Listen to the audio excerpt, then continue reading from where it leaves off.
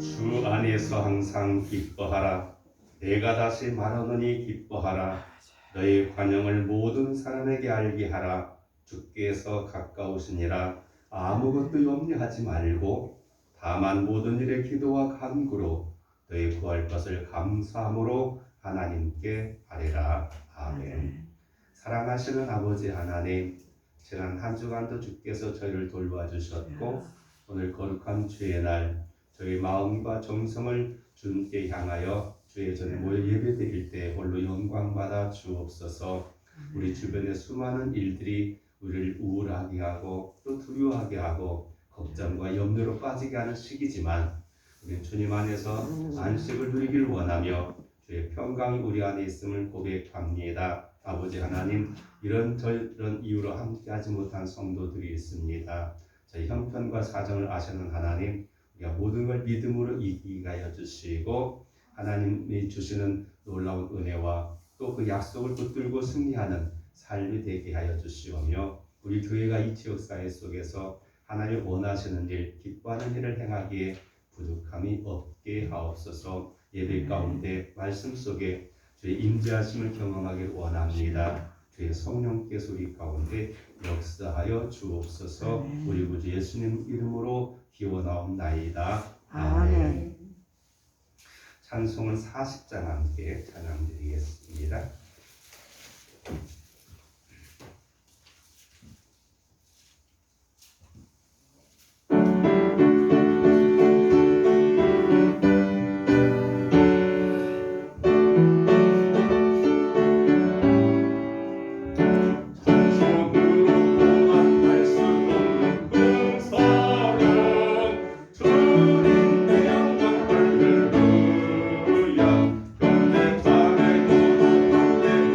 찬송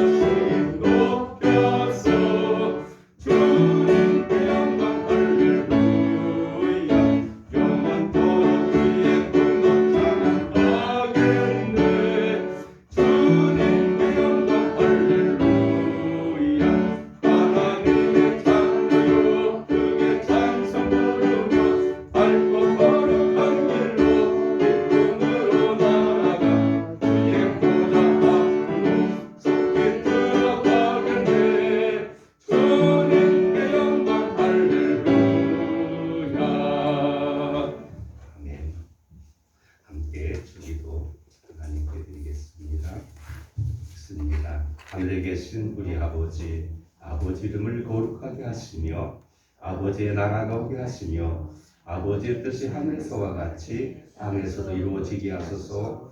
오늘 우리에게 일용할 양식을 주시고 우리가 우리에게 잘못한 사람을 용서하여 준 것 같이 우리 죄를 용서하여 주시고 우리 시험에 빠지지 않게 하시고 악에서 구하소서. 나라와 권능과 영광이 영원히 아버지의 것입니다. 아멘. 교동문은 함께 95번 교독하시겠습니다.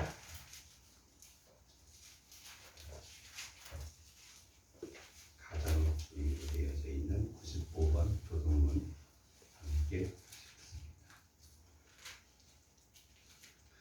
내가 사람의 담언과 천사의 말을 할지라도 내가 예언하는 능력이 있어 모든 비밀과 모든 지식을 알고 또 산을 옮길 만한 모든 믿음이 있을지라도 내가 내게 있는 모든 것으로 구제하고 또 내 몸을 불사르게 내줄지라도 사랑은 오래 참고 사랑은 온유하며 오래 행치 아니하며 자기 유익을 구하지 아니하며 성되지 아니하며 거짓을 생각지 아니하며 우리를 기뻐하지 아니하며 진리와 함께 기뻐하고 모든 것을 참으며 모든 것을 믿으며 모든 것을 바라며 모든 것을 견디느니라. 사랑은 언제까지나 떨어지지 아니하되 미련도 피하고 방언도 그치고 지식도 피하리라.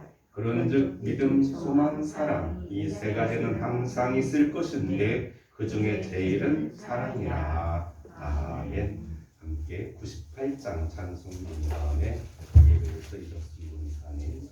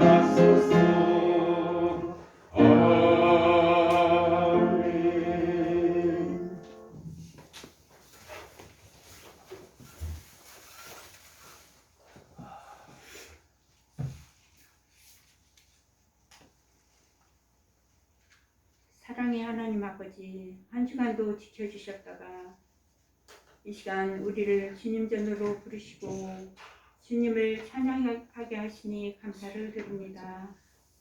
우리가 마음과 진정으로 예배 드리오니 겸손히 순종하는 마음으로 예배 드리게 하시고 저희의 지친 영혼이 힘을 얻는 복된 예배가 되게 인도하여 주시옵소서. 주님, 우리는 연약합니다. 어제의 결심이 오늘은 작은 믿음이 되어서 자주 쓰러지고 흔들립니다. 우리를 불쌍히 여기시고 성령의 능력으로 덧입혀 주셔서 늘 승리의 삶을 살아갈 수 있도록 인도하여 주시옵소서. 아버지, 우리의 교만함과 욕심이 사라지고 거룩한 욕심으로 채워주시기 원합니다. 아버지 하나님, 코로나19가 하루속히 사라지게 하시고 모두가 안전하게 살아갈 수 있도록 우리의 삶을 회복시켜 주시옵소서. 주님, 이 세상이 점점 악해지고 개인주의에 휩쓸리고 있습니다. 폐역한 세대가 되어가고 있습니다. 많은 노인들이 상처받고 소외되고 있습니다. 아버지 하나님, 불쌍히 여겨 주시옵소서. 먼저 우리의 믿음의 가정들이 사랑으로 바르게 세워질 수 있도록 인도하여 주시기를 원합니다. 아버지 하나님, 저희들 영적 참여에서 깨어나게 하시고 기도할 수 있는 힘과 능력 주시기 원합니다. 아버지 하나님, 그래서 우리 주님께서 약속하신 구하고 찾고 두드릴 때에 아버지 주시겠다고 하신 그 약속을 아버지 받을 수 있는 저희들이 다 되게 도와주시옵소서. 아버지 하나님, 우리 성도들 가운데 육신의 질병으로 고통받고 있는 자들 있습니다. 주님의 치유의 손길로 아버지 치유하여 주시옵시고 그들의 마음도 위로하여 주셔서 아버지 하나님이시여 낙심하지 않게 하시고 즐겁고 기쁜 마음으로 믿음으로 승리하게 도와주시기를 원합니다. 아버지 하나님, 이 시간 말씀 전하시는 우리 목사님 함께하여 주시옵소서. 성령의 능력으로 함께하시고 건강도 지켜주셔서 저희들 푸른 초장으로 인도하기에 부축감 없게 하여 주시기 원합니다. 아버지 하나님, 저희들 말씀 듣고 세임 얻고 순종하게 도와주시옵소서. 온전히 주님만이 영광 받으시는 이 예배가 되게 원하오며 우리의 소망 되시는 예수님의 이름으로 기도합니다. 아멘.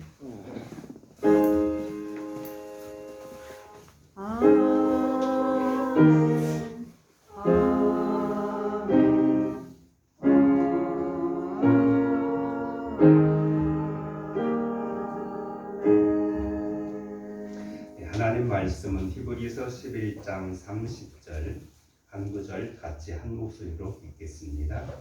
히브리서 11장 30절 말씀 읽습니다. 믿음으로 7일 동안 여리고를 도니 성이 무너졌으며. 아멘. 네, 함께 찬양하시겠습니다. 579장입니다. 어머니의 넓은 사랑. 1, 2절 간주하고 3, 4절 연습하겠습니다. 579장.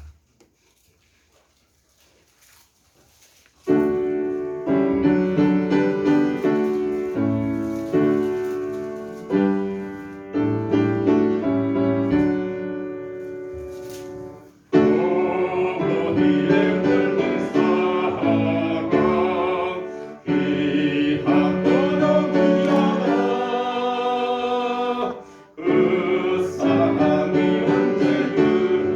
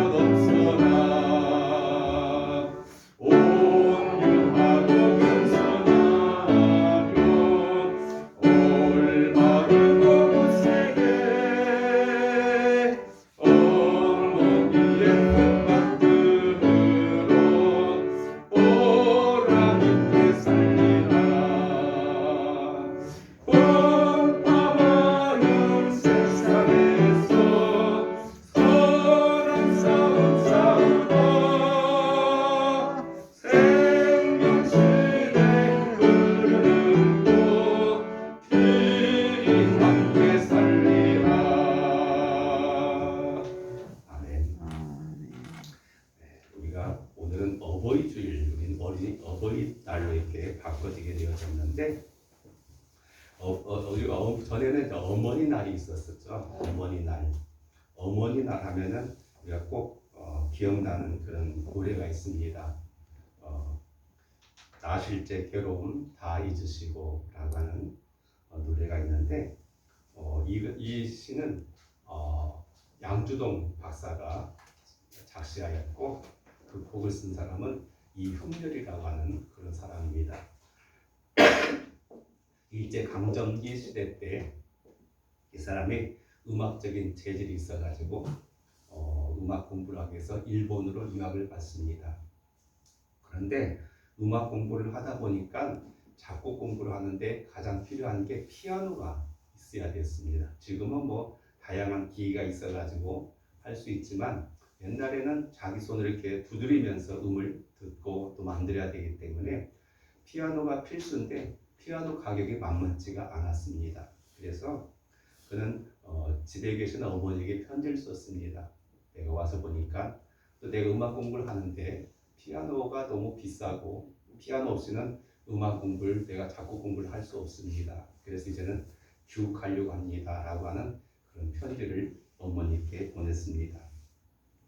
어머니는 홀로 어렵게 아들의 재능을 살리기 위해서 보냈고 또 그 아들의 뒷바라기 위해서 빚만 짊어지고 있는데 그런 편지를 받았을 때 참 걱정이 많았습니다. 그러나 어머니는 그런 아들의 말에 대해서 걱정하지 말라고 하고 그는 그때부터 더 열심히 일했습니다. 아침부터 저녁까지 그 주변의 산을 돌아다니면서 솔방울을 열심히 막 주워가지고 그래서 거금 당시 400원을 이렇게 마련해가지고 아들에게 보냈다고 합니다.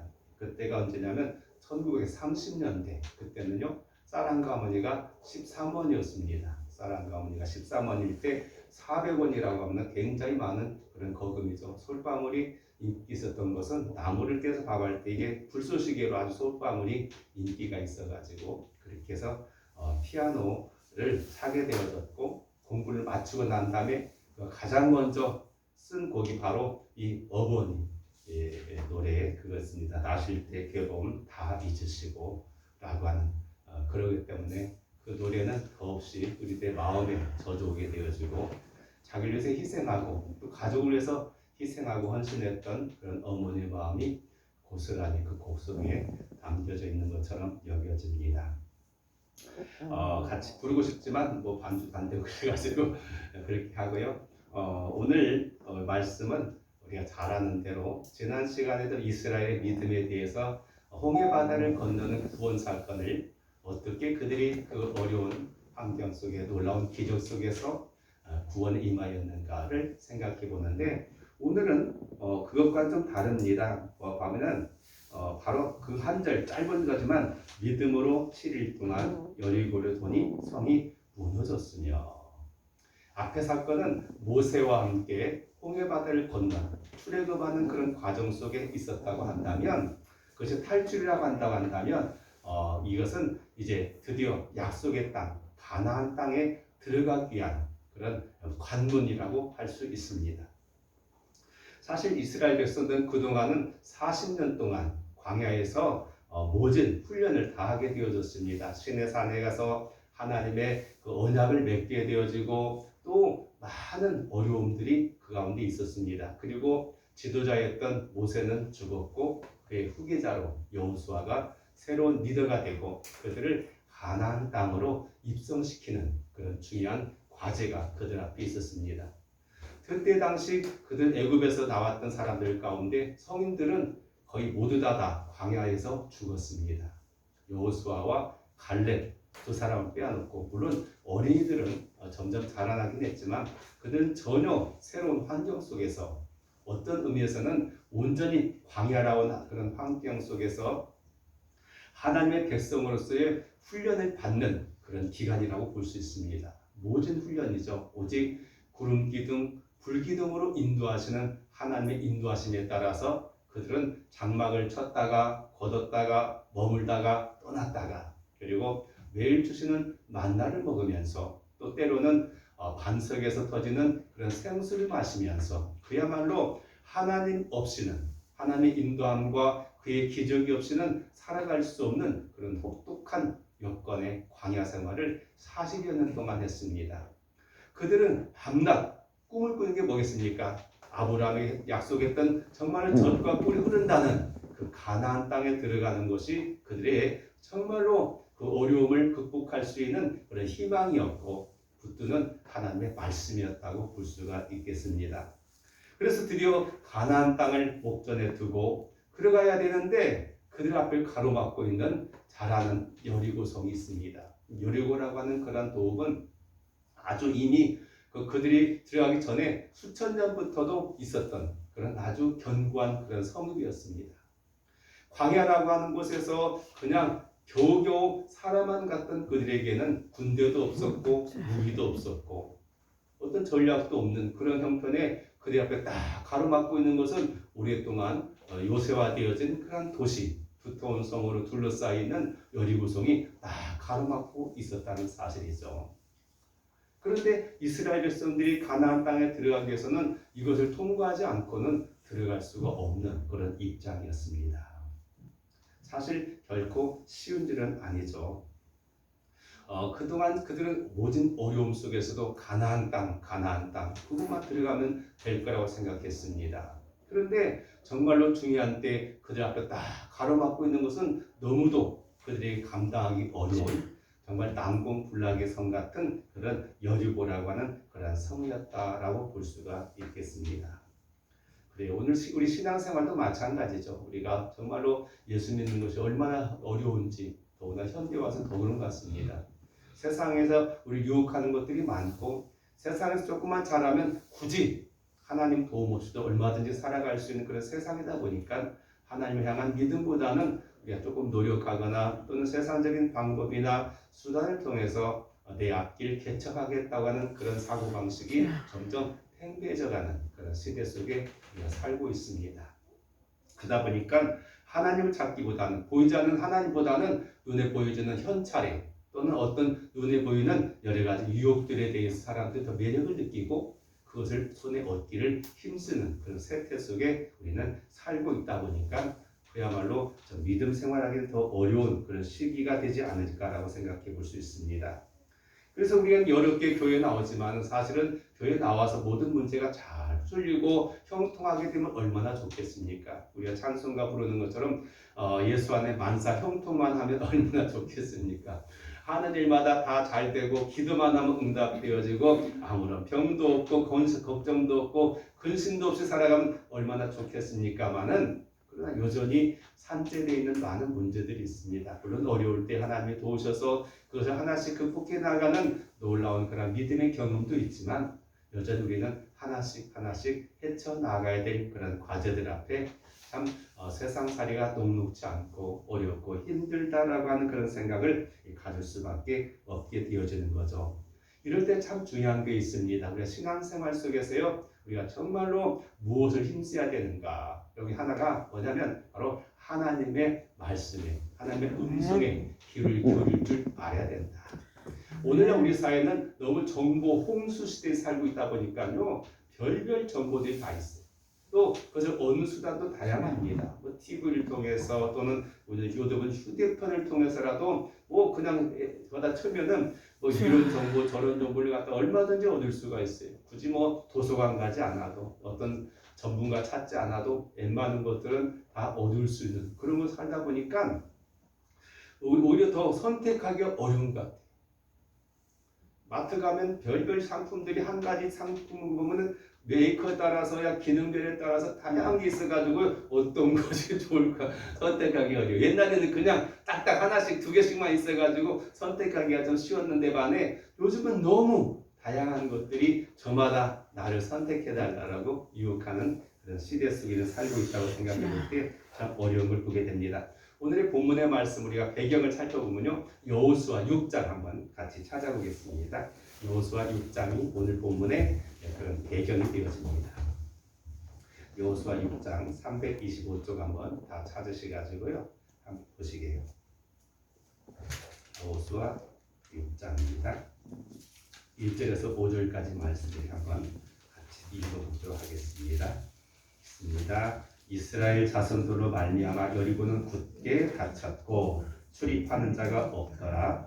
여호와께서 여호수아에게 이르시되 보라 내가 여리고와 그 왕과 용사들 내 손에 넘겨주었으니 너희 모든 군사는 그 성을 둘러 성 주위를 매일 한 번씩 돌되 엿새 동안을 그리하라. 제사장 일곱은 일곱 양각 나팔을 잡고 언약궤 앞에서 나아갈 것이요 일곱째 날하는 그 성을 일곱 번 돌려 그 제사장들은 나팔을 불 것이며 제사장들이 양각 나팔을 길게 불어 그 나팔 소리가 너에게 들릴 때에는 백성은 다 큰 소리로 외쳐 부를 것이라. 그리하면 그 성벽이 무너져 내리니 백성은 각기 앞으로 올라갈지니라 하시매. 여기 보면은 하나님께서 이 여리고성을 바라볼 때 이스라엘 백성은 어땠을 것입니까? 답답했을 것 같아요.